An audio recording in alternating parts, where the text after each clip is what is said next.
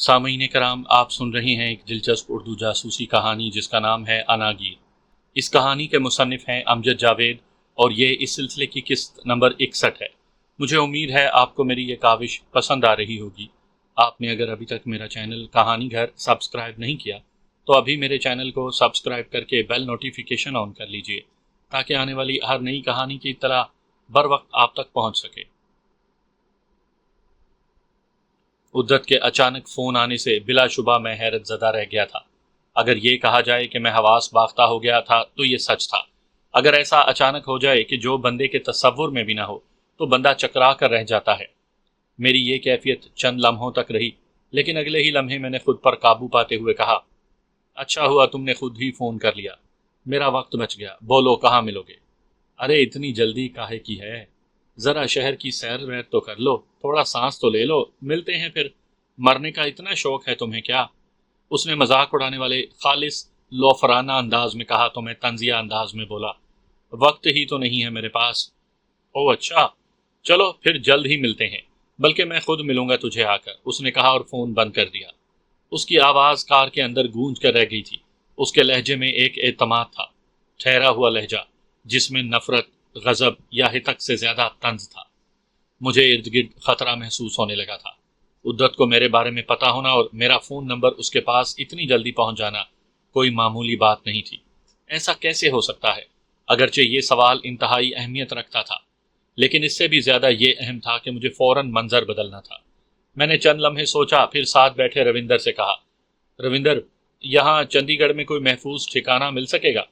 جیسا ٹھکانہ کہو بھائی جی، شاید آپ بھول گئے ہیں میں یہاں 10 برس رہا ہوں اور میرے یہاں پر، اس نے کہنا چاہا تو میں بولا، تم ایسا کرو کہ فوراً واپس پلٹ جاؤ، نینا اور ریتو کو لے کر کسی محفوظ ٹھکانے پر پہنچو، میں بملا کو لے کر آیا۔ کوئی خطرہ ہے کیا؟ اس نے تشویش سے پوچھا تو میں نے عدت کے فون کے بارے میں اسے بتا دیا۔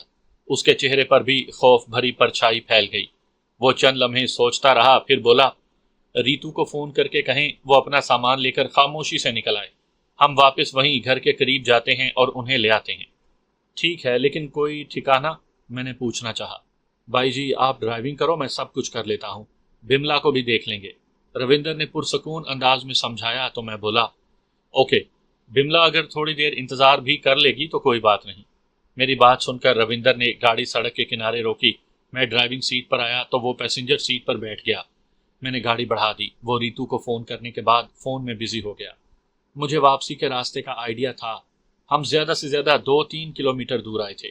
کوئی 10 منٹ بعد ہم اس گھر سے تھوڑا فاصلے پر رکے تو ریتو اور نینا سامان اٹھائے ہوئے آتی ہوئی دکھائی دی۔ روندر جلدی سے اتر کر ان تک جا پہنچا۔ جو سامان پکڑ سکا اس نے پکڑا اور واپس گاڑی میں آ گیا۔ وہ پچھلی نشست پر سامان کے ساتھ بیٹھی تو میں نے گاڑی بڑھا دی۔ راجویر، خیریت؟ اتنی تیزی سے؟ ریتو نے پوچھ ہی لیا۔ تم کیا سمجھتی ہو ہماری زندگی میں کہیں سکون ہے؟ میں نے خوشگوار انداز میں کہا اور کہا لگا دیا۔ وہ خاموش رہی تو میں نے عدت کے فون کے بارے میں بتا دیا۔ وہ کچھ دیر خاموش رہی، پھر دوبارہ بولی، یوں اندازہ لگانے کا کوئی فائدہ نہیں ہوگا کہ اسے یہ سب کیسے پتہ لگا۔ ہماری پہلی کوشش یہی ہونی چاہیے کہ ہم کہیں چھپ جائیں۔ بالکل، تم درست کہہ رہی ہو۔ اب دیکھیں یہ روندر ہمیں کہاں لے کر جاتا ہے۔ میں نے کہا تو نینا بولی، اگر یہ کچھ نہ کر پائے تو مجھے بتائیں، میں کر لوں گی کچھ۔ تم بھی ٹرائی کر لو، میں نے کہا تو گاڑی میں خاموشی چھا گئی۔ روندر ابھی تک مصروف تھا اور میں گاڑی یوں ہی بھگائے چلا جا رہا تھا۔ کچھ دیر بعد وہ خوشگوار انداز میں بولا، لو جی، گھر مل گیا، یہ دیکھو بنگلہ ہے پورا۔ یہ کہتے ہوئے اس نے تصویر دکھائی۔ وہ بالکل نیا تعمیر ہوا تھا، اس کے ساتھ لوکیشن بھی تھی۔ ہم تقریباً آدھے گھنٹے میں وہاں پہنچ گئے۔ وہاں پر صرف ایک چوکی دار تھا، اس نے وہ بنگلہ کھول دیا۔ تم لوگ یہاں سب ٹھیک کرو، میں بملا کو لے کر آتا ہوں، میں نے کہا اور باہر کی طرف نکلا تو روندر نے کہا، ٹھہرو، تم نہیں جا سکو گے، سیکیورٹی کیسے پار کرو گے؟ ایسا کرو تم ہی اسے لے آؤ، میں یہیں رہتا ہوں، میں نے سوچتے ہوئے کہا تو اس نے اطمینان سے سر ہلا دیا۔ نینا اور وہ دونوں نکل گئے۔ میں نے ریتو کو سامنے بٹھایا اور اسے بملا کے بارے میں بتایا کہ وہ کون ہے، اسے بہت زیادہ اہمیت دینی ہے۔ ریتو نے بے اختیار ہنستے ہوئے کہا، جو حکم جہاں پناہ، تم دونوں کو تخلیے کا پورا موقع فراہم کیا جائے گا۔ یہ میں بعد میں بتاؤں گا کہ مجھے تخلیہ کیوں چاہیے۔ ابھی ہم کوئی چائے وغیرہ کا بندوبست کر لیں؟ میں نے پوچھا۔ ہاں ضرور، اس نے کہا اور اٹھ گئی۔ بملا ایئرپورٹ پہنچ چکی تھی، اسے روندر کا بتاتے ہوئے پھر روندر کو اس تک پہنچانے میں رابطہ رہا، یہاں تک کہ وہ کچھ دیر بعد لاؤنج میں میرے سامنے کھڑی تھی۔ وہ خوشگوار حیرت سے میری طرف دیکھ رہی تھی اور میں اسے دیکھ کر خوش ہو رہا تھا۔ وہ کسی بزنس وومین کی طرح دکھائی دے رہی تھی، بہترین تراش کا سیاہ سوٹ، سفید شرٹ، ہلکے ایئر رنگز، شولڈر کٹ بال، اور وہ اپنے لبوں پہ مسکان سجائے میری طرف دیکھتی رہی اور پھر میرے سینے سے آ لگی۔ ایک طویل اور پرجوش احساس کے ساتھ وہ مجھ سے الگ ہو گئی، پھر میری آنکھوں میں دیکھتے ہوئے بولی، مجھے یقین نہیں ہو رہا میں تم سے دوبارہ مل رہی ہوں، لیکن مجھے تیرے بدن کی گرمی احساس دے رہی ہے کہ تم یہاں ہو، میرے پاس، میرے دل کے قریب۔ میں نے پوری سچائی سے کہا تو اس نے خمار آلود آنکھوں سے میری طرف دیکھا، لیکن اگلے ہی لمحے ایک موٹی سی گالی دیتے ہوئے بولی، مگر مجھے یہ احساس ہے کہ تم نے مجھے اپنے ہی کسی کام سے بلایا ہوگا، ورنہ تم جیسا خود غرض اور پرلے درجے کا، خدا کے لیے تھوڑا سا خیال کرو، یہ لوگ میری بڑی عزت کرتے ہیں۔ میں نے اسے ٹوکتے ہوئے اور باقی تینوں کی طرف اشارہ کرتے ہوئے کہا تو اس نے کہا لگاتے ہوئے کہا، چل جا یار، تجھے معاف کیا، آؤ تجھے کمرہ دکھاؤں، فریش ہو جاؤ، پھر چائے پیتے ہیں۔ میں نے کہا تو وہ میرے ساتھ اوپر منزل کی طرف چل پڑی۔ وہ فریش ہونے لگی اور میں بیڈ پر لیٹ گیا۔ کچھ دیر بعد وہ میرے پاس آ کر بیٹھی تو میں نے کہا، بملا، میں نے تمہیں ایک خاص مقصد کے لیے یہاں بلایا ہے، اور وہ بتا، تمہید چھوڑ۔ اس نے تیزی سے کہا تو میں نے سامان میں سے بلراج کا سیل فون، لیپ ٹاپ اور پین ڈرائیو نکال کر اسے دیتے ہوئے کہا، یہ بلراج وہ بندہ ہے جو میرے دشمنوں پر پیسہ خرچ کرتا تھا۔ وہ پاگل تو نہیں تھا نا، مجھے ان چیزوں سے بہت کچھ ملنے کی امید ہے۔ اوے فکر نہ کر جانی، جو اس میں نہیں ہے وہ بھی نکال لیں گے، ابھی تو آ نا ادھر، بہت ترسایا ہے تم نے، اس نے کہا اور اپنا ہاتھ میرے سینے پر رکھ دیا۔ ہم لنچ کر چکے تو بملا نے کرسی سے ٹیک لگاتے ہوئے کہا، لے بھائی روندر سنگھ جی، ایسے کرو 2-3 برانڈ کا دارو لا کر رکھ دو میرے کمرے میں، باقی میں جانوں اور میرا کام۔ آ جاتے ہیں جی، اور کوئی حکم؟ میں نے پوچھا۔ کل حکم دوں گی اگر من کیا تو، اس نے بے باک نگاہوں سے میری طرف دیکھتے ہوئے کہا، تو میں ہنس دیا۔ میں نے کنکھیوں سے ریتو کی طرف دیکھا، وہ مسکرا رہی تھی۔ چلو جی آؤ، برتن اٹھاؤ، ہم کچھ جا کر دھوئیں۔ میں نے پلیٹیں اٹھاتے ہوئے کہا تو نینا کہا لگا کر ہنس دی۔ اوے تم بیٹھو، ہم کر لیں گی، نینا نے کہا اور برتن اٹھانے لگی۔ بملا اٹھی اور اوپر کی طرف جانے لگی۔ روندر باہر چلا گیا۔ میرے دماغ میں سوال اٹھنے لگا کہ عدت کو کیسے پتا چلا کہ میں یہاں آ گیا ہوں۔ یہی میں نے ریتو سے کہا، میں نے پہلے بھی تمہیں کہا ہے، اس پر دماغ کھپانے کی ضرورت نہیں، تھوڑا وقت گزرنے دو، سب پتا چل جائے گا۔ جس طرح ہمارے پاس کچھ جدید ٹیکنالوجی ہے، ممکن ہے وہ ہم سے بھی آگے ہوں۔ ریتو نے دھیمے سے انداز میں کہا تو میں بولا، اگر ایسا ہے تو یہ سب مزید مشکل ہو جائے گا۔ جو بھی ہو، لیکن میں یہ سمجھتی ہوں کہ عدت بے وقوف ہے اور ضرورت سے زیادہ ہی خود پر اعتماد رکھتا ہے، یا پھر بہت زیادہ عقل مند اور دشمن کو تھکا کر مار دینے کی صلاحیت رکھتا ہے، کچھ ہے اس میں۔ ریتو نے سوچتے ہوئے کہا تو میں بولا، مجھے عدت کچھ مشکل لگ رہا ہے۔ جس طرح ہم نے نظر انصاری کے فوراً بعد بلراج کو ختم کیا ہے تو وہ سمجھ گیا ہے کہ تیسرا ہدف وہی ہے، لیکن ریتو سوال پھر وہی ہے، اتنی جلدی اسے ہمارے بارے میں پتا کیسے چلا؟ ظاہر ہے ہم دونوں کے پاس جواب نہیں ہے۔ یہ بملا ہے نا، اسے دو عدت کا نمبر، شہباز سے بات کرو۔ ریتو نے صلاح دی تو مجھے خیال آیا، یار ہم ایسے ہی چھپتے پھر رہے ہیں، وہ ہماری لوکیشن پر ہمیں۔ یہ کہتے ہوئے میں چونک پڑا تو ریتو سکون سے بولی، ایسا ہوتا تو ہم تک کوئی نہ کوئی پہنچ چکا ہوتا، کیونکہ تمہارا فون اب بھی لاہور ہی کی لوکیشن بتا رہا ہے۔ اس کا رابطہ صرف تمہارے ساتھ ہے، ہمارا رابطہ ہوتا تو شاید ہم تک پہنچ گیا ہوتا۔ تم ٹھیک کہہ رہی ہو، ہمیں سب سے پہلے اسی سوال کا جواب تلاش کرنا ہوگا۔ خیر تم ایسا کرو، سکون کرو، میں بملا کو رام کرنے کی کوشش کرتا ہوں۔ ایک بات اور، اس نے سوچتے ہوئے کہا، روندر کے جاننے والوں کو تو نہیں پتا نا کہ ہم کون ہیں؟ ہمیں کسی کو اپنے بارے میں نہیں بتانا چاہیے کہ ہم کہاں ہیں اور کون ہیں، یہاں تک کہ اپنے قریب ترین لوگوں کو بھی۔ پھر دیکھتے ہیں، اگر تو عدت ہم تک پہنچ گیا تو پھر کوئی ٹیکنالوجی کی بات ہوگی، اور نہ پہنچ سکا تو سمجھو ہمارے ارد گرد کہیں کوئی ہے جس نے عدت کو بتایا ہے۔ اس نے کہا تو میرے خیالات کی تائید ہو گئی۔ میں ریتو کو دیکھ کر مسکرایا اور اس کی گال پر ہاتھ رکھ دیا۔ اس نے بھی نرماہٹ سے اپنا ہاتھ میرے ہاتھ پر رکھ دیا۔ تشکر کا یہ انداز ہم دونوں کو مزید اعتماد دے گیا تھا۔ شام کے سائے ڈھل رہے تھے، میری بے چینی اپنے عروج پر تھی۔ میں نے 2 بار شہباز سے بات کرنے کی کوشش کی تھی، لیکن میری اس سے بات نہیں ہو پائی تھی۔ فون پر رنگ جانے کے باوجود اس نے فون کال رسیو نہیں کی تھی۔ میں نے سوچا کہ اگر اس بار بھی اس نے کال رسیو نہیں کی تو بلا شبہ کوئی گڑبڑ ہو سکتی ہے۔ میرا دل چاہ رہا تھا کہ میں چاچا عبد المجید کو فون کروں، لیکن دماغ کہہ رہا تھا کہ اگر کوئی ایسی ویسی بات ہے اور مجھے بھی وہ خود نہیں بتانا چاہتے تو مجھے بھی نہیں پوچھنی چاہیے۔ ایسی جگہ پر جہاں میں خود موت کے حصار میں گھرا ہوا تھا، توجہ بانٹ دینے والی کوئی بھی سوچ مجھے موت سے ہمکنار کر سکتی تھی۔ دوبارہ کال کرنے کے بعد اگر شہباز نے فون نہیں کیا تھا تو بلا شبہ کوئی وجہ ہوگی، مگر میری بے چینی پر مجھے اختیار نہیں تھا۔ دوسری طرف عدت کا بھی فون نہیں آیا تھا اور نہ ہی وہ اب تک مجھے تلاش کر پایا تھا۔ یہ تو مجھے یقین تھا کہ فون نمبر پر وہ بات تو کر سکتا ہے، لیکن اگر فون نمبر کے سہارے وہ میری لوکیشن دیکھتا تو اسے میرے لاہور والے گھر ہی کی لوکیشن ملنی تھی۔ وہ مجھ تک نہیں پہنچ سکتا تھا، لیکن اس نے اتنا بڑا دعویٰ کیوں کر دیا تھا؟ یہ بہرحال سوچنے والی بات تو تھی۔ دوپہر کے بعد سے نینا اور رویندر کہیں نکلے ہوئے تھے۔ ہمارے پاس اسلحے کے نام پر صرف 2 پسٹل اور 2 ہی میگزین تھے۔ رویندر اسلحے کے ایک مقامی ڈیلر کو جانتا تھا۔ ایک لمبی رقم کا ریتو نے بندوبست کر دیا تو وہ گھر سے نکلا۔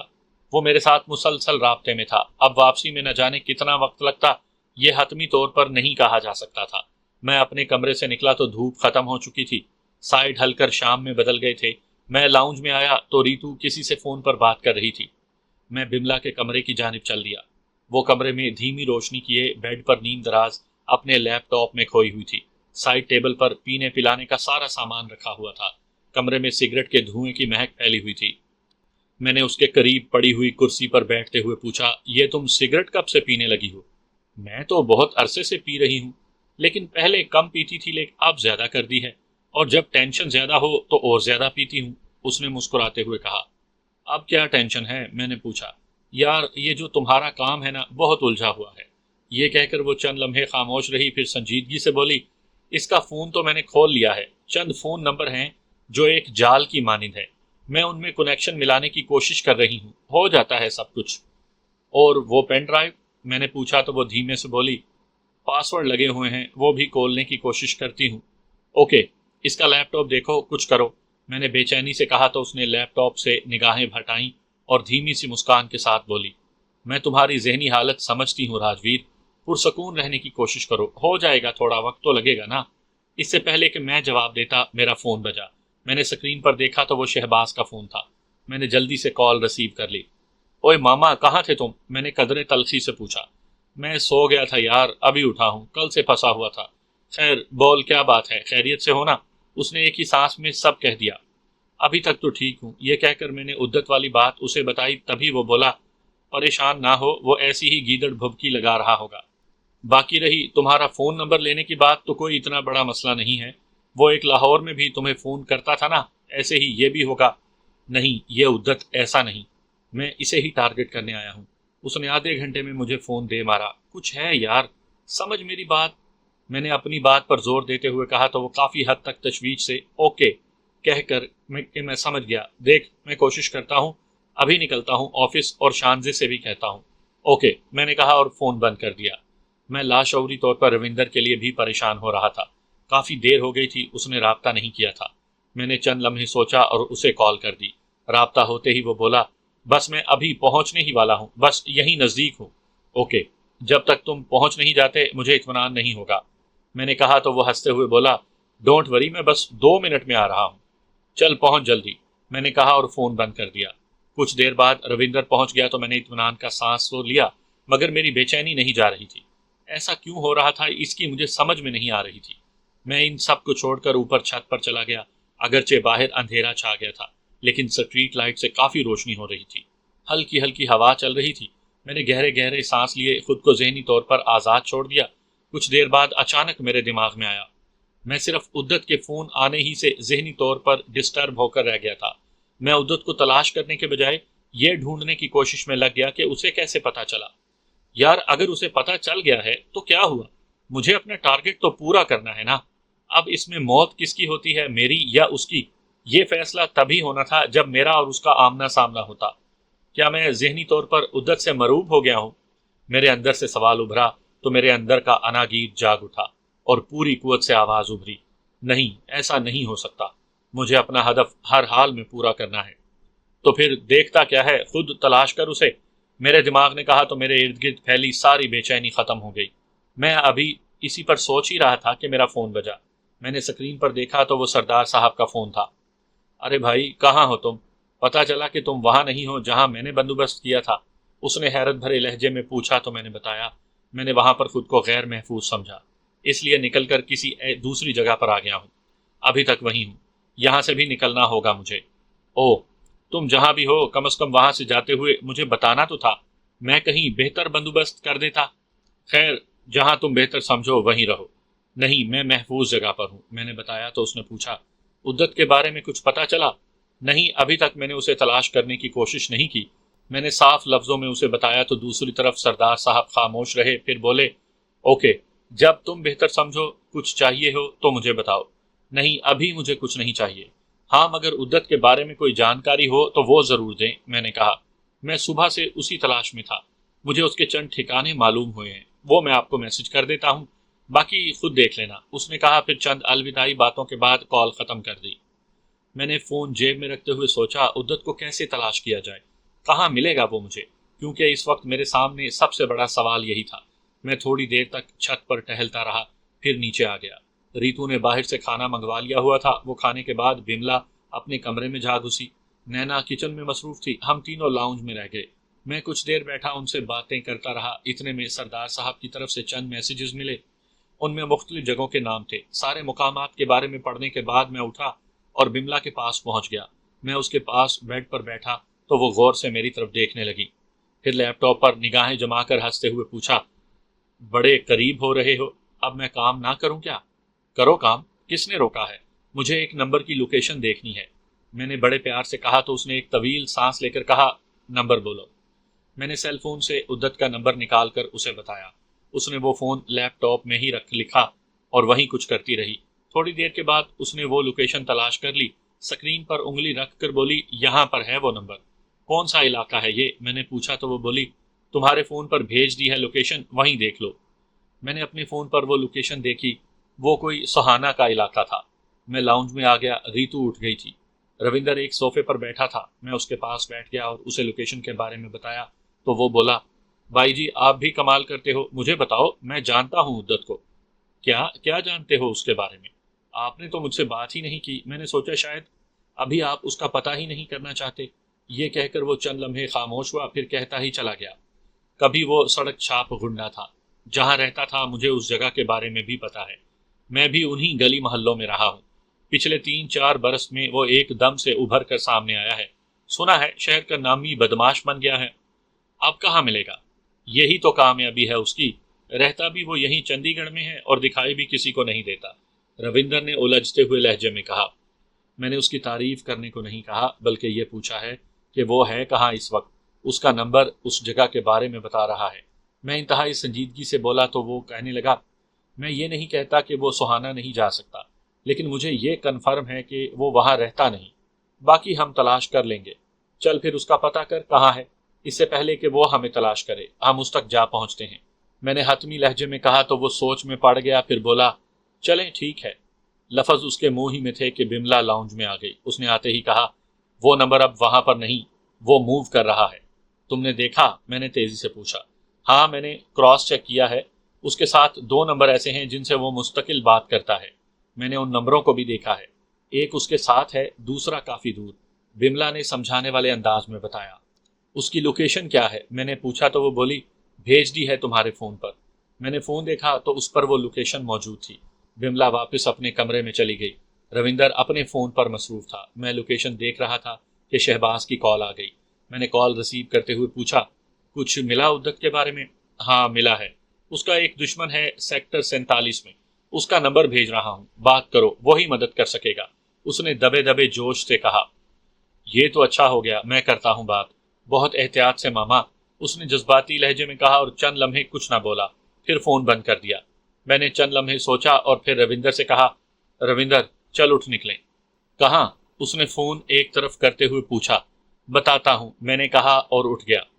ہم سیکٹر 47 میں پہنچ چکے تھے۔ ہماری منزل سری رام مندر کے پاس ایک چھوٹا سا ریستوران تھی جس کی تصویر ہمیں مل گئی تھی۔ وہاں ہمیں سرجیت سنگھ سے ملنا تھا جس نے اپنی تصویر بھی ساتھ بھیجی تھی۔ مندر کے ساتھ ہی ایک خم کھاتی سڑک جا رہی تھی جس کے سرے پر وہی ریستوران تھا۔ وہاں کافی گاڑیاں پارک تھیں، اسٹریٹ لائٹ کے علاوہ بھی کافی روشنی تھی۔ وہاں پر کہیں رش نہیں تھا، یوں لگ رہا تھا جیسے کسی پرسکون گوشے میں وہ ریستوران بنایا گیا ہو۔ ہم نے وہیں گاڑی پارک کر دی اور باہر آ گئے۔ جھینگروں کی آوازیں آ رہی تھیں، بڑا پرسکون ماحول تھا۔ ہم نے اپنے اطراف میں دیکھا اور ریستوران میں داخل ہو گئے۔ روندر میرے کور پر تھا۔ میں نے ہال میں بیٹھے لوگوں پر نگاہ ڈالی، ان میں کوئی بھی سردار نہیں تھا۔ مجھے ایک لمحے کو جھٹکا لگا، کیا سرجیت کو آنے میں دیر ہو گئی ہے یا ہم غلط ریستوران میں آ گئے ہیں؟ میں غیر محسوس انداز میں پورے ہال پر نگاہ ڈال کر ایک میز کنارے پڑی کرسی پر بیٹھ گیا۔ مجھے لگا کوئی تو گڑبڑ ہے۔ روندر کے چہرے پر بھی الجھن پھیلی ہوئی تھی۔ اس نے دھیمی آواز میں کہا، بھائی جی، شاید اسے پہنچنے میں دیر ہو گئی ہے، فون لگائیں اسے۔ 2-4 منٹ انتظار نہ کر لیں، ممکن ہے وہ احتیاط برت رہا ہو۔ میں نے کہا تو اس نے الجھتے ہوئے کہا، مجھے نہیں لگتا، یہ علاقہ ان کا ہے، انہیں کوئی ڈر خوف نہیں ہونا چاہیے۔ شاید ہماری وجہ سے وہ… میں نے کہتے ہوئے بات ادھوری چھوڑ دی۔ روندر نے میری طرف دیکھا اور کاندھے اچکا دیے۔ ہمیں وہاں بیٹھے ہوئے زیادہ سے زیادہ 5 منٹ ہوئے ہوں گے۔ باہر 3 گاڑیاں آ رکی، ان میں سے پہلے 2-3 لوگ باہر نکلے، پھر سرجیت باہر آ گیا۔ وہ تیزی سے ریستوران کے اندر آیا۔ اس نے چاروں اطراف دیکھا اور پھر سیدھا میری طرف بڑھ آیا۔ اس کے تینوں ساتھی ادھر ادھر بیٹھ گئے۔ اس نے میرے ساتھ مصافحہ کیا تو مجھے لگا جیسے کسی مضبوط انسان کے ہاتھ میں میرا ہاتھ ہے۔ اس کی روشن آنکھیں میرے چہرے پر تھیں۔ اس نے مسکراتے ہوئے کہا، ویلکم کہتا ہوں جی، بیٹھو۔ ہم بیٹھ گئے تو میں نے کہا، میں جلد از جلد ادت تک پہنچنا چاہتا ہوں۔ وہ کوئی مشکل کام نہیں ہے، اس وقت وہ اپنے ٹھکانے پر موجود ہے، سیدھے اس تک جا سکتے ہیں۔ اگر جگرا ہے تو پہنچ جاؤ وہاں تک، اس نے دھیمی سی مسکان سے کہا۔ اگر اتنا ہی آسان ہے وہاں تک پہنچ جانا تو پھر تم اسے اپنے راستے سے ہٹا کیوں نہیں دیتے ہو؟ کیا اسے مارنے کا تم میں بھی جگرا نہیں؟ میں نے پرسکون انداز میں طنزاً بات کہہ دی۔ کوئی مشکل نہیں اسے مارنا، لیکن اسے مارنے کا مطلب ہے بہت سارے لوگوں کی مخالفت لینا۔ میں نے اس شہر میں رہنا ہے، کوئی دوسرا مار جائے تو مجھے کیا؟ اس نے وضاحت کر دی۔ مطلب تم ان کی ہی اجازت سے اس شہر میں اپنے علاقے میں… میں نے کہنا چاہا تو وہ بولا، جو مرضی سمجھ لو، مجھ سے جو چاہتے ہو وہ بتاؤ، یہی کہ اس تک پہنچنے کا راستہ، باقی میں خود دیکھ لوں گا۔ میں نے کہا، اگر یہ سوچیں کہ اس کے ٹھکانے تک جا کر اسے ختم کروں تو سمجھو ناممکن ہے۔ ہاں، جب وہ کہیں ارد گرد جا رہا ہو یا خاص طور پر جب وہ گردوارے جا رہا ہو تو ممکن ہے۔ اس کے لیے تو آدمی چاہیے جو اس کا پیچھا کرتے رہیں، وہ میں تمہیں دے سکتا ہوں۔ اس نے وضاحت کرتے ہوئے کہا، ٹھیک ہے، تم مجھے اس کے بارے میں بتاتے رہو، باقی میرا کام ہے۔ میں نے حتمی لہجے میں کہا، تو وہ میں جانتا ہوں تمہیں اس شہر کے بارے میں کوئی خبر نہیں، اس لیے تم ابھی تک تھوڑا جھجک رہے ہو۔ 1-2 دن لگیں گے، میں تمہیں پوری طرح گائیڈ کر دوں گا، سب ٹھیک ہو جائے گا۔ اوکے، میں نے کہا اور اٹھنے لگا تو جلدی سے بولا، ارے کچھ کھا پی لو اور پھر چلے جانا۔ نہیں، بس تم سے ملنا تھا، میں کام ختم کر لوں پھر کھائیں پیئیں گے، میں نے خوشگوار لہجے میں کہا اور اٹھ گیا۔ واپسی پر مجھے لگا جیسے سرجیت میرے کسی کام نہیں آ سکے گا۔ اس نے صرف باتوں سے مجھے ٹرکانے کی کوشش کی تھی۔ وہ خود عدت سے خوف زدہ تھا، بلکہ اپنے مفاد اور فائدے کے لیے سمجھوتا کر چکا تھا۔ مجھے لگا کہ میں نے یہاں آ کر وقت ہی ضائع کیا ہے۔ میں کافی حد تک دل برداشتہ ہو چکا تھا۔ میرے اندر ایک طرح سے بے بسی والا غصہ ابھرنے لگا تھا۔ میں اپنا تجزیہ کرنے لگا۔ میں نے کبھی کسی پر بھروسہ نہیں کیا تھا اور حتی الامکان کوشش کی تھی کہ کسی کی مدد نہ لوں۔ مجھے اس دیار غیر میں یوں مدد لینا عجیب سا لگ رہا تھا۔ بھائی جی، آپ کوئی بات کیوں نہیں کر رہے؟ روندر نے بالآخر مجھ سے پوچھ ہی لیا تو میں نے بے بسی سے مسکراتے ہوئے کہا، یار یہ سرجیت بھی ہماری کوئی مدد نہیں کر پائے گا۔ میرا بھی یہی خیال ہے، اس نے ایک دم سے کہا تو میں بولا، اچھا ہوا تم سمجھ گئے ہو، میں خود ہی کوئی راستہ نکالتا ہوں۔ بھائی جی دن چڑھنے دیں، میں نکلوں گا شہر میں، واپسی پر کوئی نہ کوئی بہتر خبر لے کے آؤں گا، ابھی آپ بالکل سکون کریں۔ اس نے کہا تو اچانک مجھے خیال آیا۔ میں نے چند لمحے سوچا اور کہا، یار جیسے سرجیت نے کہا کہ عدت کی نگرانی کی جائے تو کیوں نہ ہم اس کی نگرانی کریں اور جہاں موقع ملے یہی کرتے ہیں، ہم نے صرف اسے مارنا ہے۔ وہ سکون سے بولا، چل پھر ایک گاڑی کا بندوبست کر، ہم چاروں نکلیں گے الگ الگ سے، کہیں تو ملے گا وہ۔ میں نے دبے دبے جوش سے کہا۔ مجھے لگا یہی سوچ کر میرے اندر پھیلنے والی بے بسی ختم ہو رہی ہے۔ ہم واپس پہنچ کر لاؤنج میں آئے تو ریتو جاگ رہی تھی۔ ہم بیٹھے تو وہ چائے بنانے کچن کی طرف چل دی۔ روندر اپنے کمرے کی جانب گیا تو میں اکیلا رہ گیا۔ میں نے سوچا ایک بار بملا کے کمرے کا چکر لگا آؤں، شاید اس نے کوئی توڑ کر لیا ہو۔ میں کمرے میں گیا تو بملا بیڈ پر نیم دراز تھی۔ اس کے ہاتھ میں گلاس تھا جس میں تھوڑی سی بچی ہوئی تھی، اور نینا ایک کرسی پر بیٹھی ہوئی تھی اور وہ بھی گلاس ہاتھ میں لیے سرور میں تھی۔ نینا تم یہاں؟ میں نے حیرت سے پوچھا تو وہ بولی، بس میرا بھی جی کیا اور میں ساتھ دینے آ گئی۔ ہاں کافر ماہر لگتی ہے، بملا نے مسکراتے ہوئے کہا، لیکن اتنی نہیں جتنی آپ ہو، نینا نے کہا اور کہا لگا دیا، تمہاری دونوں پین ڈرائیو کھول دی ہیں میں نے۔ اس میں کچھ ویڈیوز ہیں اور تصویریں موجود ہیں، اب تھوڑا انجوائے کر رہی ہوں۔ انجوائے تو تم ہر وقت کرتی ہو، پر اچھا کیا یہ کام ہو گیا۔ وہ پین ڈرائیو وہ مجھے دے دو، میں اپنے کمرے میں جا کر دیکھ لوں گا۔ میرا لیپ ٹاپ ادھر ہی پڑا ہے، میں نے کہا ہی تھا کہ میرا فون بج اٹھا، وہ عدت کی کال تھی۔ میرا ماتھا ٹھنک گیا، ضرور کوئی افتاد پڑنے والی ہے۔ اس وقت تک بملا پین ڈرائیو میری جانب بڑھا چکی تھی۔ میں نے وہ لی اور کال ریسیو کرتے ہوئے باہر نکل گیا۔ میں نے اپنے کمرے کی جانب بڑھتے ہوئے سرد لہجے میں کہا، ہاں بولو۔ بس ابھی اتنا بتانا تھا، وہ جو سرجیت تھا نا، جس سے ابھی تمہاری ملاقات ہوئی ہے، اسے میں نے غداری کی سزا دے دی ہے۔ اس نے بڑے ٹھہرے ہوئے لہجے میں کہا تو میں بے ساختہ بولا، کیا مطلب؟ مطلب نہیں ہوتا کوئی بھی، نہ میں نے تمہیں سمجھانا ہے۔ ابھی کسی چینل پر دیکھ لینا یا صبح کسی اخبار میں پڑھ لینا، یقین آ جائے گا۔ اس نے پھر اسی ٹھہرے ہوئے لہجے میں کہا تو میں نے پوچھا، مطلب تم جانتے ہو کہ میں اس سے ملا ہوں؟ میں وہیں تھا، تم سے تھوڑی دور ایک میز پر۔ بنائی ہے میں نے ویڈیو تمہاری، ابھی بھیج دیتا ہوں۔ وہ اسی ٹھہرے ہوئے لہجے میں بولا تو مجھے اس کا لہجہ مصنوعی نہیں لگا، بلکہ مجھے اس سے وحشت ہونے لگی۔ میں چونک گیا، وہ کوئی اگلی گیم کر رہا تھا۔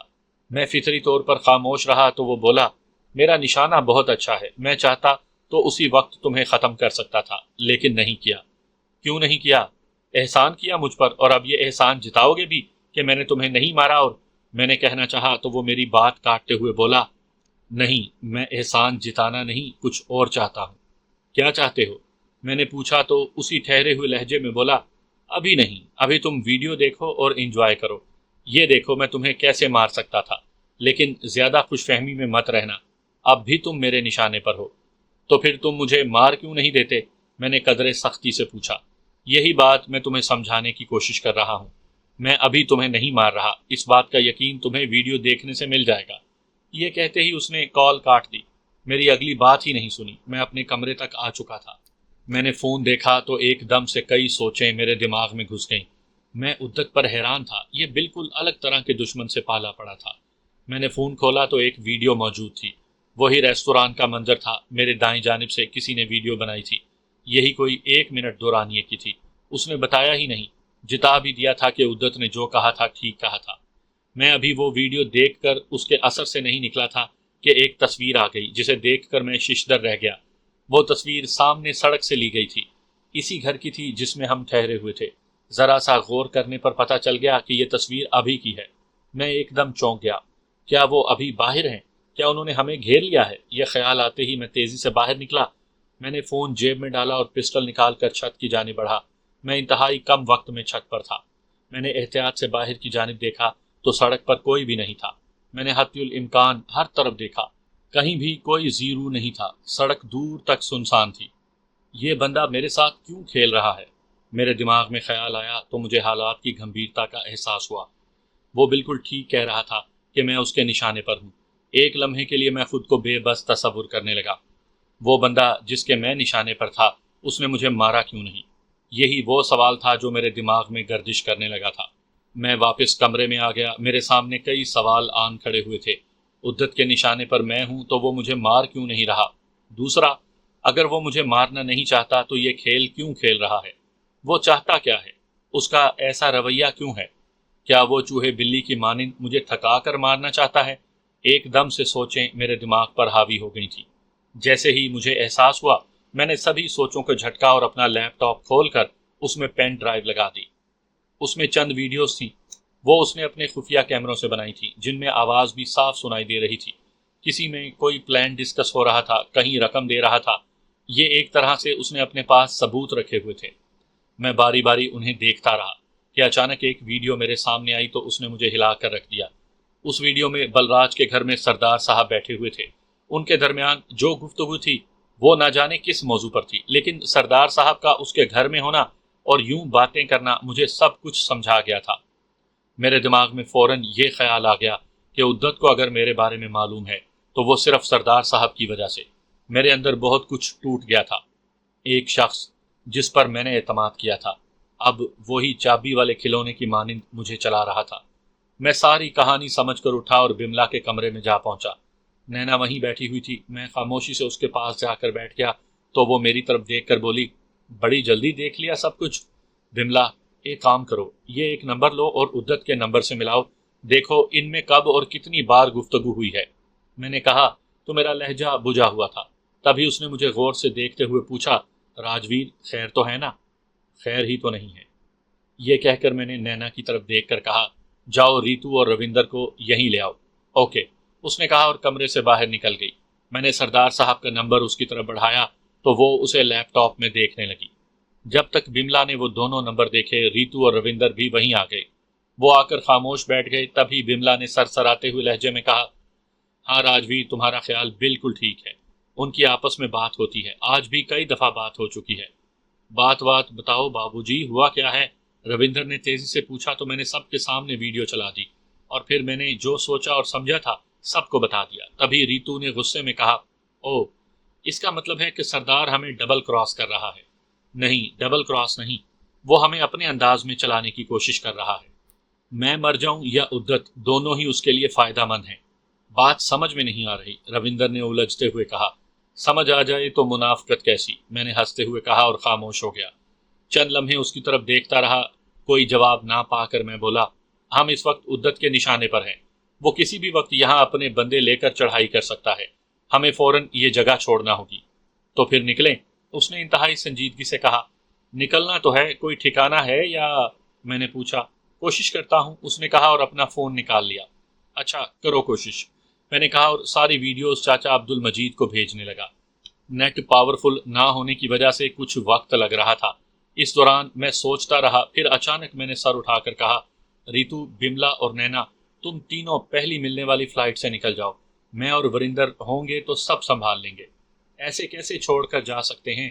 جانی تھوڑا صبر کرو، کچھ نہ کچھ حل نکل آتا ہے، صبر، ریتو نے کمال تحمل سے کہا۔ لیکن میں سمجھ رہا تھا کہ یہ محض طفل تسلیاں ہیں، ان سے کچھ نہیں ہونے والا۔ دیکھ ریتو، میں خود کو دھوکے میں نہیں رکھنا چاہتا اور نہ اپنے پیاروں کو دھوکہ دینا چاہتا ہوں۔ سمجھ لو ہم ٹریپ میں آ چکے ہیں، تم لوگوں کا مجھ سے الگ ہونا بنتا ہے، ضد نہیں کرو اور نکل جاؤ۔ میں ضد نہیں کر رہی، میں تو، ریتو نے کہنا چاہا تو میں بولا، میں ابھی عدت کو نہیں ماروں گا کیونکہ وہ پوری طرح میری نگرانی کر رہا ہوگا۔ اس وقت مجھے اس کی نگاہوں سے اوجھل ہونا ہے، دوبارہ اس تک پہنچنے میں چند دن لگ سکتے ہیں یا میں واپس بھی جا سکتا ہوں، کچھ بھی فیصلہ کرنا پڑے گا مجھے، اس لیے پلیز میری بات مانو۔ اور راجویر ٹھیک کہتا ہے، اس وقت ہم سب کا جتھا ہی ہماری ناکامی ہوگا، ہم چھپ نہیں پائیں گے، بملا نے ایک دم سے کہا۔ بالکل ٹھیک، ہم اس سے الگ ہو کر کہیں بھی رہ لیں گے، اور جیسے ہی ہماری ضرورت پڑی ہم، نینا نے سوچتے ہوئے کہا، یہاں چندی گڑھ میں رہنا ایک طرح سے بوجھ ہوگا، ہمیں روندر اور راجویر کو بالکل آزاد کر دینا چاہیے، بملا نے سوچتے ہوئے کہا، کیونکہ وہ کہیں بھی رہ کر میری مدد کر سکتی تھی۔ اوکے، جیسا تم چاہو، ریتو نے سر مارتے ہوئے کہا تو اس کی آنکھوں میں آنسو آ گئے۔ تبھی بملا نے اسے اپنے ساتھ لگاتے ہوئے کہا، ہم ابھی نکلتی ہیں ایئرپورٹ، جدھر کی بھی فلائٹ ملی نکل جائیں گی، اور اگر فلائٹ نہ ملی تو یا کل کسی وقت امکان ہو، نینا نے کہا، تو پھر چلو ریلوے اسٹیشن، جدھر کی ٹرین ملی ادھر نکل جائیں گے، راستے میں سوچ لیں گے کہ کرنا کیا ہے، بملا نے کہا۔ اوکے، اب وقت مت ضائع کرو، ریتو نے کہا اور اٹھ گئی۔ اگلے آدھے گھنٹے کے بعد ہم سب نیچے پورچ میں تھے، روندر گاڑی لے آیا تھا، ہم اس میں بیٹھے اور چل دیے۔ ہم بنگلے سے نکلے تو انتہائی محتاط تھے، گاڑی ریتو چلا رہی تھی، میں اور روندر پیچھے بیٹھے ہوئے تھے۔ میں سوچ رہا تھا مجھے کیا کرنا ہے، ریتو کسی ایسی جگہ گاڑی کھڑی کرنا جہاں اندھیرا ہو، ہمیں نکلتے ہوئے کوئی دیکھ نہ سکے، میں نے دھیمے سے کہا۔ اوکے، اس نے بھی آہستہ سی آواز میں کہا۔ ہم اس علاقے سے باہر آ چکے تھے، چونکہ یہ علاقہ نیا آباد ہو رہا تھا، اس لیے گنجان آباد تو کیا، زیادہ تر ویران ہی تھا۔ ایک موڑ مڑتے ہی کافی اندھیرا تھا، سڑک کے ساتھ میں جھاڑیاں اور پودے تھے۔ ریتو نے گاڑی آہستہ کرتے ہوئے ہیڈ لائٹس بجھا کر روک دی۔ میرے ساتھ بملا بیٹھی ہوئی تھی، میں نے اس کا ہاتھ دبایا اور گاڑی سے باہر نکل آیا۔ مجھ سے پہلے ہی روندر باہر نکل کر جھاڑیوں میں چھپ چکا تھا۔ اگلے ہی لمحے ریتو نے گاڑی بڑھا دی، کچھ دور جا کر اس نے ہیڈ لائٹس روشن کر لیں۔ میں نے سکون کا سانس لیا، میرے دل سے دعا نکلی کہ وہ لوگ خیریت سے پہنچ جائیں۔ میں اور روندر پہلے تو کھڑے رہے، پھر ایک ٹیکری پر بیٹھ گئے۔ تبھی اس نے کہا لگاتے ہوئے کہا، بھائی جی، ہم کتنے بے وقوف بنے رہے ہیں اور اب تک بن رہے ہیں۔ میں نے شوق لہجے میں کہا تو وہ بولا، دل تو کرتا ہے کہ عدت سے پہلے سردار صاحب کو گولی مار دوں، لیکن ابھی تم نہیں مار سکتے، میں نے کہا اور ایک طویل سانس لے کر کہا، اب نکلیں پیدل، جہاں تک بھی جائیں گے۔ ہاں، تھوڑا بہت تو چلنا پڑے گا، میں نے ایک دوست سے رابطہ کیا ہے، ابھی کچھ دیر میں گاڑی مل جائے گی اور رہنے کو جگہ بھی، روندر نے کہا اور اٹھ کھڑا ہوا۔ مجھے بھی اس کے ساتھ کھڑا ہونا پڑا۔ ہم دونوں سڑک کنارے چلنے لگے۔ ابھی ہم تھوڑی دور گئے ہوں گے کہ میرا سیل فون بج اٹھا۔ میں نے فون نکالا تو وہ عدت کی کال تھی۔ میں نے اس کی کال ریسیو کر لی۔ میرے ہیلو کہتے ہی وہ بولا، او یار کدھر بھاگ رہے ہو؟ میں نے تو ابھی تمہیں کچھ کہا تو نہیں، بڑے بزدل ہو تم۔ میں تمہارے پاس پہنچنے ہی کے لیے نکلا ہوں۔ میں نے اپنے لہجے کو تنزیہ بناتے ہوئے کہا تو وہ کہا لگا کر حقارت سے بولا، تو پھر اپنی کار کا رخ موڑو اور سیدھے میری طرف آ جاؤ، ورنہ ساری رات یوں ہی کار پر سفر کرتے رہو گے اور مجھ تک نہیں پہنچ پاؤ گے۔ اپنا پتہ بتا دوں، آ جاؤ گے؟ اتنی ہمت ہے تمہارے پاس؟ جیسے ہی اس نے ایسے کہا تو میرے دماغ میں موجود خیال مزید پختہ ہو گیا۔ تبھی میں نے مزید تصدیق کے لیے پوچھا، جہاں پر میں ہوں وہاں سے کتنی دیر لگے گی تم تک پہنچنے میں؟ کوئی وقت ضائع کیے بغیر تم تک پہنچ جانا چاہتا ہوں۔ ارے جہاں ہو وہیں رک جاؤ، 10 منٹ میں تم تک بندے پہنچ جائیں گے، لے آئیں گے تمہیں میرے پاس، اس نے ہنستے ہوئے کہا۔ میں تو سمجھا تھا کہ تم بہت سمجھدار ہو، لیکن تم تو نرے احمق نکلے۔ تم صرف گاڑی کے ٹریکر پر مجھے فالو کر رہے ہو، میں تو گاڑی چھوڑ چکا ہوں۔ بہت جلدی نہیں سمجھ گئے ہو تم، یہ کہتے ہوئے اس نے کہا لگایا، چل بتا کہاں ہو تم، میں آتا ہوں تیرے پاس۔ میں نے طنزیہ لہجے میں کہا تو وہ ہنستے ہوئے بولا، اتنا غصہ ٹھیک نہیں میری جان، میں چاہوں تو ابھی تمہیں دبوچ کر تیرا سر کچل سکتا ہوں، بس کھیل رہا ہوں تم سے۔ چل بتا پتا، میں نے جذبات سے بغیر لہجے میں کہا تو اس نے فون بند کر دیا۔ میں نے فون کی طرف دیکھا اور ریتو کو فون کر دیا۔ ہیلو، ٹھیک ہو تم؟ اس نے فوراً پوچھا تو میں نے سمجھاتے ہوئے کہا، میں ٹھیک ہوں، لیکن تم یہ گاڑی فوراً چھوڑ دو، یہ گاڑی ٹریکر کی وجہ سے فالو ہو رہی ہے۔ اوہ تو یہ بات ہے، سردار نے ہمارے ساتھ پوری دشمنی کی ہے، اس نے کرود بھرے لہجے میں کہا۔ باتیں بعد میں، پہلے جلدی کرو، چھوڑ دو یہ گاڑی، میں نے کہا اور فون بند کر دیا۔ میں سمجھ چکا تھا کہ اب مجھے کیا کرنا ہے۔ وہ انتہائی شاداب علاقہ تھا، ہر طرف گہرا سبزہ تھا، خوشنما پھول اور پودے نگاہوں کو بھلے لگ رہے تھے۔ شاید وہ 7ویں یا 8ویں منزل تھی جہاں ایک فلیٹ کے کمرے میں کھڑا باہر دیکھ رہا تھا۔ وہ زرق پور کا علاقہ تھا اور یہاں بڑی بڑی رہائشی بلڈنگیں بنی ہوئی تھیں۔ بلا شبہ یہاں پر درمیانے طبقے سے تعلق رکھنے والے لوگوں نے رہائش رکھی تھی۔ ایک طرح سے یہ گنجان آباد علاقہ تھا۔ یہ روندر کے کسی دوست کا تھا۔ رات بہت پرسکون گزر چکی تھی۔ میں خوب سویا تھا اور اب فریش ہو کر چائے کا مگ ہاتھ میں پکڑے باہر کی طرف دیکھ رہا تھا۔ میں چائے کا سپ لیتے ہوئے باہر موجود نظارے میں کھویا ہوا تھا۔ ایسے میں روندر کمرے میں داخل ہوا، اس کے ہاتھ میں کچھ کپڑے تھے۔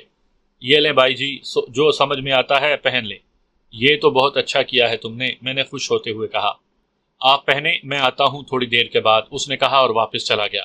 میں نے چائے ختم کی، کپڑے پہنے اور باہر چھوٹے سے لاؤنج میں آ گیا۔ وہاں کوئی نہیں تھا۔ میں ایک صوفے پر بیٹھ گیا۔ میں وہاں بیٹھ کر سوچنے لگا۔ میں عدت کے ہاتھ نہیں آیا تھا، اس نے خود مجھے پکڑنا نہیں چاہا، ساری الجھن یہیں پر تھی۔ اگر میں یہ کہوں کہ میں اس سے بچ گیا تھا تو یہ نری احمقانہ دلیل تھی۔ ایسا نہیں تھا۔ اس نے اپنے ہونے اور مجھ تک پہنچنے کا ثبوت بھی دیا تھا۔ وہ مجھے ریستوران میں بھی مار سکتا تھا، وہ بنگلے پر حملہ آور بھی ہو سکتا تھا، اس کے پاس گاڑی کا ٹریکر تھا، وہ کہیں بھی ہمیں روک کر ہمیں موت کے گھاٹ اتار سکتا تھا۔ اس نے سرجیت سنگھ کو غداری کی سزا دے کر یہ ثابت کر دیا تھا کہ وہ کچھ بھی کر سکتا تھا۔ اب بات یہ تھی کہ اس نے خود مجھے کیوں نہیں پکڑنا چاہا۔ اگر میں یہ کہوں کہ اسے میرا کوئی خوف تھا تو فضول بات تھی۔ آخر کیا وجہ تھی کہ اس نے ہمیں نہیں مارا جبکہ ہم پر کوئی حملہ نہیں کیا؟ ایسا کیوں تھا؟ اس کا جواب میرے پاس بالکل نہیں تھا، لیکن اسی سوال کا جواب مجھے تلاش کرنا تھا۔ میرا فون بجا تو میرے خیالات کا سلسلہ ٹوٹ گیا۔ میں نے جیب سے فون نکالا تو وہ شہباز کا تھا۔ میں نے اس کی سنے بغیر فوراً کہا، اوے ماما تم کب سے غائب ہو، پتہ ہے؟ میں نے کہنا چاہا تو وہ میری بات کاٹتے ہوئے شرمندگی سے بولا، اوے یار میں بہت شرمندہ ہوں یار، یہ جو سردار صاحب والا سورس تھا نا، یہ میں نے دیا تھا، حالانکہ میں پچھلے 1 برس سے اس پر کام کر رہا تھا۔ مجھے نہیں پتا تھا کہ یہ دھوکہ دے گا۔ چل ابھی تک کچھ نہیں بگڑا، زندہ ہوں، دفع کر، مجھے کوئی نیا سورس بتا۔ میں نے یوں کہا جیسے یہ کوئی بات نہ ہو۔ ظاہر ہے اب اسے شرمندہ کر کے مجھے کیا کرنا تھا۔ تبھی وہ بولا، مجھے اسی لیے دیر ہو گئی تھی، میری چاچا عبد المجید سے طویل بات ہوئی ہے، ہم رات سے یہی سب کر رہے ہیں۔ وہ کہتے ہیں نا، دیر آید درست آید، اب معاملہ ایسا ہی ہوا ہے۔ ایک بہت دھانسو بندہ مل گیا ہے۔ کہاں ہے وہ؟ میں نے پوچھا تو وہ بولا، ابھی میں اس کی تفصیلات بھیج رہا ہوں، تم اس پر اعتماد کر سکتے ہو۔ اوکے۔ میں نے کہا تو میرا دل کیا کہ ساوری کے بارے میں پوچھوں، لیکن اپنی خواہش کو میں نے دل ہی میں دبا دیا۔ شہباز نے مجھ سے الوداعی باتیں کی اور فون بند کر دیا۔ میں نے ایک طویل سانس لے کر صوفے سے ٹیک لگا لی۔ میں ساوری کے خیالات میں کھو جانا چاہتا تھا کہ میرا فون پھر سے بج اٹھا۔ میں نے اسکرین پر دیکھا، وہاں بملا کے نمبر جگمگا رہے تھے۔ میں نے کال ریسیو کرتے ہوئے ہیلو کہا تو بولی، کیسے ہو راجویر؟ میں بالکل ٹھیک ہوں، کہاں پہنچ گئی ہو؟ میں نے یوں ہی پوچھا۔ بس بنگلے سے ہوٹل تک، اس نے شوخی سے کہا۔ کیا مطلب؟ میں نے پوچھا۔ ہم تینوں یہیں چندی گڑھ میں ہیں، یہاں ایک ہوٹل ہے، کافی اچھا ہے، دارو بہت اچھی ملی ہے یہاں سے، وہ کہہ رہی تھی اور مجھے غصہ آنے لگا تھا۔ تبھی میں نے پوچھا، یہ کیا کر رہی ہو تم؟ مجھے اب تک تم لوگوں کی فکر ہوگی، اور اگر تم لوگوں کو کچھ… راجویر خاموش ہو جاؤ، بملا نے اکتائے ہوئے لہجے میں کہا۔ پھر چند لمحے خاموش رہنے کے بعد بولی، ہم بالکل محفوظ ہیں، جب تک تم یہاں موجود ہو ہم یہیں رہیں گی، اگر تمہیں ہماری ضرورت پڑی تو میں نے اسی کے الفاظ دہرا دیے تو وہ بولی، چل غصہ تھوک دے، سکون کر، میں کرتی ہوں تم سے بات۔ دیکھو اگر میرے پاس فون ہی نہ رہے تو کیسے رابطہ کرو گی؟ یار خدا کے لیے واپس چلی جاؤ، مجھے پریشان مت کرو، میں نے کہا۔ اگر تمہارا فون 2 گھنٹے کے لیے بند ہو گیا تو سمجھو ہم یہاں سے کوچ کر جائیں گی، اب خوش؟ اس نے مذاق بھرے لہجے میں کہا تو میں نے چڑھتے ہوئے فون ہی بند کر دیا۔ مجھے بے حد غصہ آ رہا تھا، میں جو ان کو بھیج کر خود کو ہلکا پھلکا محسوس کر رہا تھا ایک دم سے پریشان ہو گیا۔ بھائی جی خیریت؟ روندر نے کمرے میں آ کر پوچھا تو میں نے بملا کے بارے میں بتایا تو وہ ہنستے ہوئے سامنے صوفے پر بیٹھتے ہوئے بولا، مجھے رات کا ہی پتا ہے، انہوں نے مجھے بتا دیا کہ وہ جائیں گی نہیں، یہیں ہوٹل میں ٹھہریں گی۔ چلو ٹھیک ہے، انجوائے کریں، میں نے کہا اور اس معاملے کو ذہن سے نکالنے کی کوشش کرنے لگا۔ میں نے فون دیکھا، ابھی تک شہباز نے کچھ نہیں بھیجا تھا۔ میں بے چین ہو گیا۔ بھائی جی، میں نے کچھ معلومات لی ہیں عدت کے بارے میں۔ کیا ہے معلومات؟ میں نے پوچھا۔ وہ کمبالی کے علاقے میں رہتا ہے، مطلب اس کا اہم ترین ٹھکانہ وہی ہے جہاں سے وہ دھندا کرتا ہے، وہیں سے وہ سارا نیٹ ورک چلاتا ہے۔ کیا ہم اسے صرف وہیں پکڑ سکتے ہیں؟ میں نے پوچھا۔ وہاں بہت مشکل ہے، قدم قدم پر اس کے بندے پھیلے ہوئے ہیں، روندر نے سوچتے ہوئے کہا۔ اس سے پہلے کہ میں اسے کوئی جواب دیتا میرا فون بج اٹھا۔ وہ سردار صاحب کا فون تھا۔ میں نے ہیلو کیا تو وہ میرا حال احوال پوچھنے کے بعد ٹھہرے ہوئے لہجے میں بولا، ارے کہاں گم ہو یار، کوئی عطا پتہ دو، میں بہت پریشان ہوں تمہارے لیے، کوئی مشکل ہے تو مجھے بتاؤ۔ میں ایک بنگلے میں ہوں، یہاں سکون سے پڑا ہوں، مجھے اس کے بارے میں کوئی راستہ نہیں مل رہا، میں نے پرسکون لہجے میں کہا۔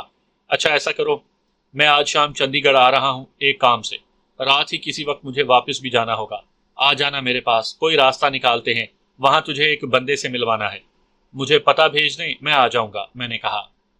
میں پتہ بھیجتا ہوں تمہیں، وہیں آ جانا، اس نے کہا اور الوداعی باتوں کے بعد فون بند کر دیا۔ چند لمحوں کے بعد اس کی طرف سے پتہ آ گیا، وہ کوئی سیکٹر 48 کا تھا۔ میں نے وہ پتہ پڑھ کر روندر کو سنایا تو وہ بولا، مطلب اب ہمیں گھیرنے کا چکر ہے؟ بالکل، وہ تو اب پوری کوشش کریں گے کہ مجھے مار دیں، انہیں پورا یقین ہے کہ مجھے سب پتہ چل گیا ہے، میں نے کہا۔ میں اپنا ایک دوست بھیجتا ہوں، وہاں پتہ کرتے ہیں کہ… اس نے کہنا چاہا تو میں نے اس کی بات کاٹتے ہوئے کہا، ضرورت ہی نہیں، اب دیکھنا میں انہیں کیسے چکر دیتا ہوں، چلیں دیکھ لیں۔ روندر نے کہا تو میرا فون بجا، شہباز کی طرف سے معلومات آ گئی تھی۔ میں وہ پڑھتا رہا، چند منٹ کے بعد میں نے کہا، اس پر ذرا فون تو ملا۔ اس نے فون ملایا تو فوراً ہی رابطہ ہو گیا۔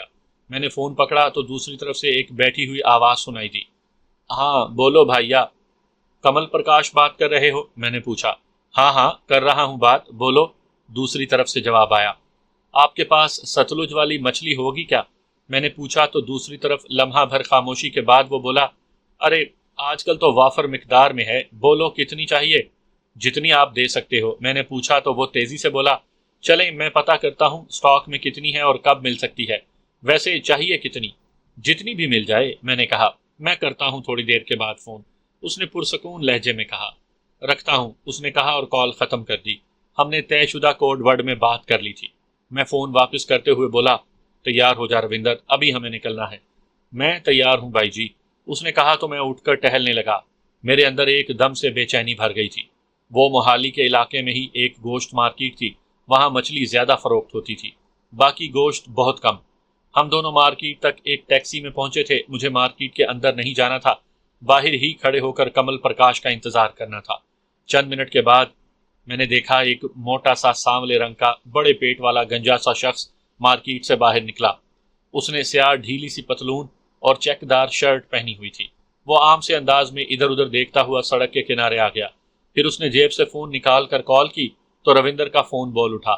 اگلے چند منٹ میں ہم دونوں نے ایک دوسرے کو دیکھ لیا تو وہ بولا، وہ سڑک کے پار ایک بینچ دیکھ رہے ہو نا، ادھر ہی آ جاؤ، وہیں بیٹھ کر بات کرتے ہیں۔ اس نے سڑک پار کی تو ہم بھی اس کے پیچھے لپکے۔ کچھ دیر بعد ہم اس کے ساتھ بیٹھے باتیں کر رہے تھے، تبھی وہ حتمی لہجے میں بولا، دیکھ راجویر، عدت والا معاملہ تھوڑا سا ٹیڑھا تو ہے، لیکن میں خود اس کا بہت بڑا دشمن ہوں۔ میں تو چاہتا ہوں کہ وہ کہیں مر مر آ جائے، لیکن اس میں انتہائی احتیاط کی ضرورت ہے۔ ذرا سی بھی بھنک لگ گئی نا تو سمجھو میں گیا۔ یار مجھے اس تک پہنچا دو، تمہارا نام نہیں آئے گا، یہ تو پکا ہے۔ باقی تمہاری ڈیل جو بھی ہے وہ تو ہے۔ ڈیل تو مجھے مل گئی ہے، اسی لیے تیرے ساتھ بیٹھا ہوں۔ اس نے سکون سے کہا تو میں نے پوچھا، تو پھر تو کیا کہتا ہے؟ ہو جائے گا، بس تیار رہنا، اس نے کہا اور سوچتے ہوئے کھڑا ہو گیا۔ پھر ہم سے ہاتھ ملا کر واپس مارکیٹ کی طرف چلا گیا۔